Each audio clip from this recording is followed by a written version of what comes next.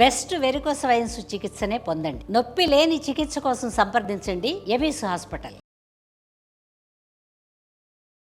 నమస్కారం. కార్తీక పురాణం 16వ రోజు పారాయణలోకి వచ్చాం. అయితే వశిష్ఠ మహాముని చెప్తున్నారు, ఎలుక మనిషిగా మారింది. అది కథ విన్నాం కదా, అలాంటిదే ఇంకొక కథ చెప్తారనమాట. వశిష్ఠ మహాముని ఏం చెప్తారంటే, దామోదరునికి ప్రీతికరమైన ఈ కార్తీక వ్రతాన్ని చేయని వాడు కల్పాంతం వరకు నరకాన్ని పొందుతారు.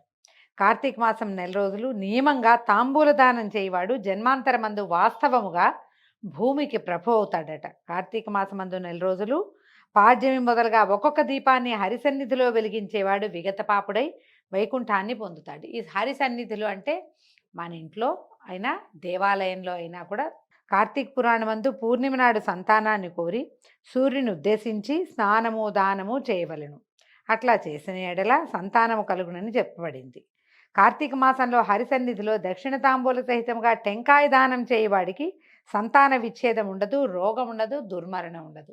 తాంబూలంతో పాటు కొబ్బరికాయలు కూడా ఇవ్వాలన్నమాట. అప్పుడు విశేషమైన ఫలితం, సంతానం తోటి గొడవలు కూడా ఉండవట. కార్తీక మాసమందు పూర్ణిమ నాడు హరిముందర దీపస్తంభాన్ని పెట్టేవాడు, స్తంభదీపాన్ని పెట్టేవాడు వైకుంఠపతి అవుతాడు. ఆ హరిసన్నిధిలో దీపస్తంభ సమర్పణ చేసిన వాడికి కలిగేటి పుణ్యం చెప్పడానికి నా తరం కాదు, చాలా విశేషమని చెప్తున్నాడు.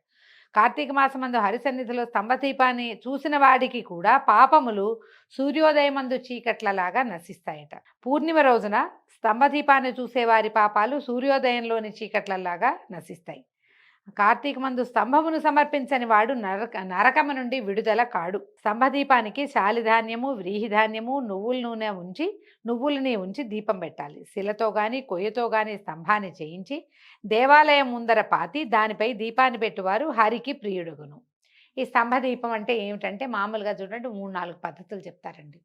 ఏకదీపం, ఒక ప్రమిద పెట్టడము, ఆజ్యం కానీ ఆవు నెయ్యి కానీ నువ్వుల నూనె కానీ వేసి దీపాన్ని వెలిగించడం సాధారణ దీపం. దీపమాల అంటే ఒక 11, 21, 40, 108 ఇట్లా వరుసగా దీపాలని పెట్టడం దీపమాల అయిందా. తర్వాత ఏమో ఈ అఖండం పెట్టడం, ఒక పెద్దది. తొలి రోజున వెలిగించి 30వ రోజు దాకా దాన్ని తీసుకెళ్తాం, లేదా ఉదయమే వెలిగించి మళ్ళీ ఉదయం దాకా ఆ దీపాన్ని ఉంచుకోవటం, ఇదొక పద్ధతి. దీంతో పాటుగా ఈ తర్వాత జ్వాలాతోరణ సమర్పణ ఒకటి చూపిస్తారు. ఈ జ్వాలాతోరణాలు ఇళ్లల్లో చెయ్యరు, దేవాలయంలో జ్వాల వెలిగించి దాని కింద నుంచి పరమేశ్వరుని తీసుకెళ్తారు. పల్లకిని స్వామివారి ఊరేగింపప్పుడు జ్వాలాతోరణాన్ని వెలిగిస్తారు. ఆ సమయంలో స్వామివారితో పాటు కూడా ఆ జ్వాలాతోరణం కింద నుంచి ఆ పైన భగ్గుని మండుతుంది, గడ్డి తాళ్ళు పెట్టి వాటిని వెలిగిస్తారనమాట. ఆ వెళ్ళిన వాళ్ళకి నరక బాధలు ఉండవని చెప్తారు. వీటితో పాటు ఆకాశ దీపం ఒకటి పెడతారు.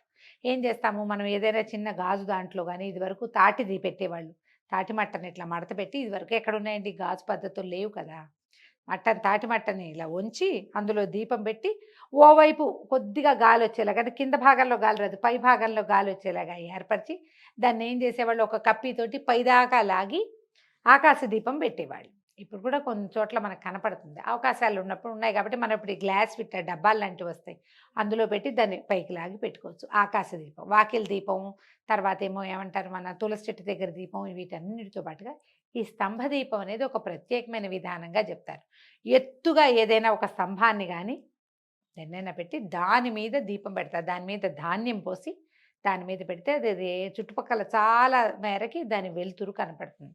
మనం సులువుగా ఏం చేసంటే, ఈ స్తంభ దీపానికి మనము ఈ ఇత్తడివి దీప కుందులు ఉంటాయి కదా, కేరళ ప్రాంతంలో వివాహాది శుభకార్యాల్లో కనపడుతుంటాయి, పెద్ద దీపపు సెమ్మ ఒక్కటి కొని పెట్టుకుంటే ఏటా ఈ స్తంభ దీపం కింద పెట్టుకోవచ్చు. కింద కొంచెం ధాన్యం కానీ బియ్యం కానీ పోసి దాని మీద ఆ దీపారాధన కుందిని, ఆ పొడుగాటి కుందిని పెట్టి వెలిగిస్తే ఏంటంటే, అది ఇట్లా వాకిట్లో పెట్టేసరికి దైవ సన్నిధిలో కూడా పెట్టచ్చు, దీపం చుట్టూతో అంత మేరకి కనపడుతుంది. ఈ విశేషం చెప్పబడుతుంది అన్నమాట. ఈ స్తంభదీపం విషయంలో ఒక ప్రత్యేకమైన గాథ ఉంది. మతంగ మహాముని ఆశ్రమము నానా తరుజాల మండితంగా ఉండేదట. ఆయన ఎన్ని చెట్లో ఉండేవి ఆయన ఆశ్రమంలో. అక్కడ ఒక విష్ణు ఆలయం ఉంది. ఆ ఆలయం చుట్టూతా కూడా చాలా పెద్ద వనం ఉంది. ఈ కార్తీక వ్రత పరాయణులైనటువంటి మునీశ్వరులు అక్కడికి వచ్చి ఆ దేవాలయగత విష్ణుమూర్తిని నానా విధాల షోడశోపచారాలతోటి పూజించి కార్తీక మాసం అంతా విశేషంగా సేవించుకునేవాళ్ళు. వారు అత్యంత భక్తియుతులే హరిద్వారంలో దీపమాలని నిర్మించే దీపమాలలు పెట్టడం సమర్పించేవాళ్ళు స్వామికి. అందులో ఒక ముని ఏమన్నాడట, ఇది ఏటా జరిగేదే. ఒక సంవత్సరం వచ్చినప్పుడు ఈ మునుల్లో ఒక ఆయన ఏమన్నాడంటే, మునీశ్వర్లారా, ఈ కార్తీక మాసమందు హరి ముందర స్తంభదీపాన్ని ఉంచేవాడు వైకుంఠవాస అవుతాడట. నేను ఎక్కడో ఒక ప్రాంతంలో విన్నాను. కాబట్టి మనం అందరము హరి ముందు స్తంభదీపాన్ని పెడదాము. నేడు కార్తీక పూర్ణిమ తిథి. ఈ దినం సాయంకాలం స్తంభదీప దానం హరికి. దానం అంటే ఎవరికో దానం కాదు, స్వామివారి కోసం సమర్పించడమే దీపదానం అని చెప్తున్నారనమాట. అత్యంత ప్రీతమము, విష్ణు ప్రీతికరము. కాబట్టి స్తంభాన్ని చేయించి కార్తీక మాస పౌర్ణమి నాడు సాయంకాలం దాని యందు దీపం పెట్టేవాడు పాపాలు నశించి వైకుంఠ లోకాన్ని పొందుతాడు అనేసరికి వీళ్ళందరూ ఏమన్నారు, అవునవును నిజమే, మేము విన్నాం, చేద్దామని దీపస్తంభాన్ని పెట్టడం కోసం ఒక కర్ర కోసం వెతికారు. వీళ్ళు ఏం చేశారు, అటు ఇటు చూస్తే ఈ దేవాలయం చుట్టూ చాలా మొక్కలు ఉన్నాయి కదా, చెట్లు గిట్లు బ్రహ్మాండమైనవి ఉన్నాయి, పురాతనమైనవి కూడా. వీళ్ళు వెతికి వచ్చేటప్పుడు ఏమైంది, వీళ్ళకు ఒక ఎండు చెట్టు కనపడింది. ఆ చెట్టుకి కొమ్మలు లేవు, ఇట్లా స్థాణువు ఎటా ఉంది, ఒక మొండెంలాగా ఉంది, ఒట్టి మొదలే. అయితే కార్తీక వ్రత సముత్సాహులైన వాళ్ళంతా కలిసి ఆ స్థాణువునందు శాలి వ్రీహి తిల సమేతంగా దీపాన్ని నేతితో వెలిగించి ఆనందించారు. ఆ చెట్టుని ఏం చేశారు, పైవైపున ఒక రవ్వ చదునుగా కొట్టి దాన్ని అక్కడి నుంచి పట్టుకొచ్చి దేవాలయం ముందు స్థాపించారు. దాని మీద శాలి ధాన్యం, వ్రీహి ధాన్యం, తిలలు అంటే నువ్వులు, ఈ ధాన్యం పోసి దాని మీద చక్క ప్రమిద పెట్టారు. ఆజ్యం పోసారంటే నెయ్యి. కార్తీకంలో నూనె విశేషమే, నెయ్యి కూడా విశేషమేనండి. అయితే చాలా విశేషం నెయ్యి. అలాగ ప్రత్యేకంగా చెప్తారు, దేవాలయంలో ఆవు నెయ్యి దీపాలు వెలిగిస్తే అత్యద్భుత ఫలితం లభిస్తుందంటారు. నెయ్యి లేకపోతే తైలం అన్నమాట.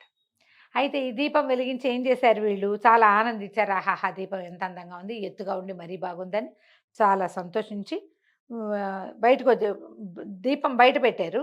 లోపలికి వచ్చి దేవాలయపు ప్రాంగణంలో కూర్చుని హరికథలు చెప్పుకుంటున్నారట. ఇంతలో ఏమైంది, ఈ కథ చెప్పుకుంటుంటే దేవాలయం ముందు చెట చెట అని చిట్ అని దీపం అంటుకుంటున్న శబ్దం అనమాట కలిగి దీపం నశించి అందరూ చూస్తుండగానే ఆ స్థాణువు ఏదైతే ఈ చెక్కని తెచ్చిపెట్టారు కదా చెట్టు మొదలు, అది బద్దలయ్యి అందులో భూమి మీద పడిపోయింది. అందులో నుంచి పూర్వదేహాన్ని ధరించినటువంటి ఒక మహాపురుషుడు ఒక ఆయన బయటకు వచ్చాడు. జనమంతా ఆశ్చర్యపోయారు. ఋషులు వీళ్ళంతా ఏదో హరికథ చెప్పుకుంటున్నారు.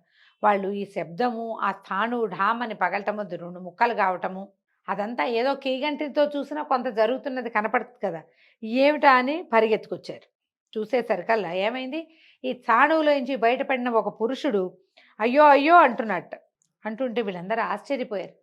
ఓరి మానవా, నీవు ఎట్లా స్థాణువుగా పడున్నావు, ఏ దోషం వల్ల నీకు ఈ స్వరూపం వచ్చింది, సరిగా చెప్పు, ఎవరు నువ్వు ఏమిటి అని విరివిగా ప్రశ్నించారు, విడివిడిగా ఎవరి దారిని వాళ్ళు. అయితే వీళ్ళందరికీ నమస్కారాలు చేసి సంతోషంతో అంజలి పట్టి ఇట్లా చెప్పాడట, ఓ బ్రాహ్మణోత్తములారా, నేను పూర్వం ఒక బ్రాహ్మణుణ్ణి, రాజ్యాన్ని పరిపాలించేవాడిని. కానీ ఆయనకి రాజ్యం ఉందన్నమాట. ధనము, ఏనుగులు, గుర్రాలు, రథములు, కాల్బంటులు మొదలైన సమస్త సంపత్తులు కలిగి కూడా దయాశూన్యుణ్ణే, దుష్ట ప్రవర్తన కలిగిన వాడిని అయ్యాను. అన్నీ ఉంటే సరిపోదండి, వాటితో పాటు ప్రవర్తన ఒకటి చాలా బాగుండాలి.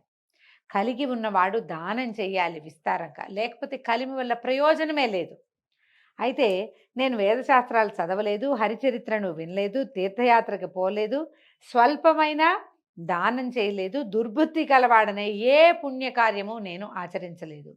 నిత్యము నేను ఉన్నతాసనంలో కూర్చుని వేదవేత్తలు, సదాచారవంతులు, పుణ్యపురుషులు, దయావంతులు, సదాశ్రయకాములు అయినటువంటి బ్రాహ్మణులను నా ముందు నీచాసనాల్లో కూర్చోబెట్టడానికి వినియోగించి వాళ్ళ అభిముఖంగా కాళ్ళు చాచి కూర్చుని ఎప్పుడు కూడా నమస్కారం చేసిన వాడిని కాదు. వారికి ఇష్టార్థాలు, వాళ్ళకి కావాల్సింది ఏం కావాలి నాయనా అని కనుక్కుని నేను ఏనాడు ఏది వాళ్ళకి అవసరమైంది ఇవ్వలేదు, ఇష్టమైంది ఇవ్వలేదు. నాకు ఎక్కువైంది కూడా నేను ఎప్పుడు దానం చేయలేదు. ఎక్కువై చేసినా దానం పనికొస్తుందండి, అది చేయలే. పర్వకాలాల్లో అంటే పర్వదినాల్లో ఎన్నడూ ఏ దానము బ్రాహ్మణులకు ఇవ్వలేదు. ఎప్పుడైనా దానం ఇవ్వక తప్పకపోతే ఏం చేసేవాడు, ఏదైనా ఇవ్వాలి, కొబ్బరికాయలు దానం చేయాలండి, కొబ్బరికాయ దానం చేసినా దక్షిణా సహితంగా ఇవ్వాలని చెప్పుకోను. అందులో ₹1 కూడా పెట్టేవాడు కదా, ఒట్టి తవలపాకుల్లో కొబ్బరికాయలు పెట్టి ఇచ్చేసేవాడట. తర్వాత ఏమైంది, దానం చేయటం, తర్వాత కొంతమందికి ఏమో తర్వాత ఇస్తానండి అని చెప్పి ధారాదత్తం చేయటం, కానీ తర్వాత ఎప్పుడూ ఇవ్వకపోవటం.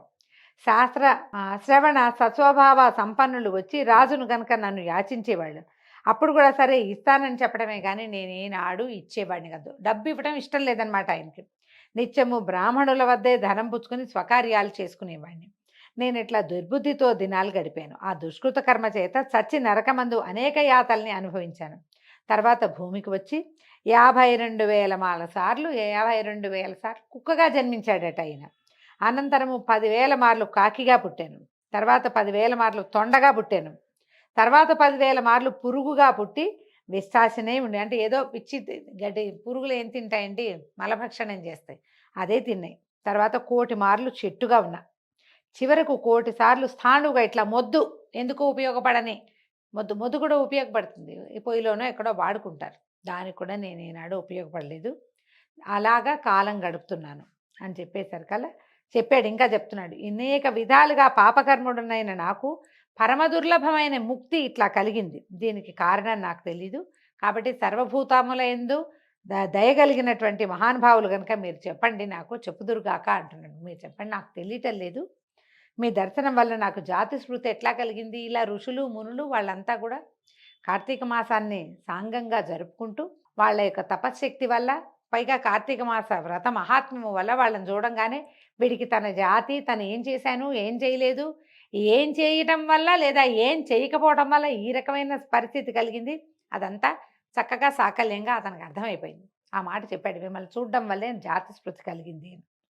అప్పుడు చెప్పేసరికల్లా మునీశ్వరులు ఇట్లా విని వాళ్ళలో వాళ్ళు చెప్పుకుంటున్నారట, కార్తీక మాస ఫలితము యథార్థమైంది, ప్రత్యక్షంగా మోక్షాన్ని ఇస్తుంది కార్తీక మాసం.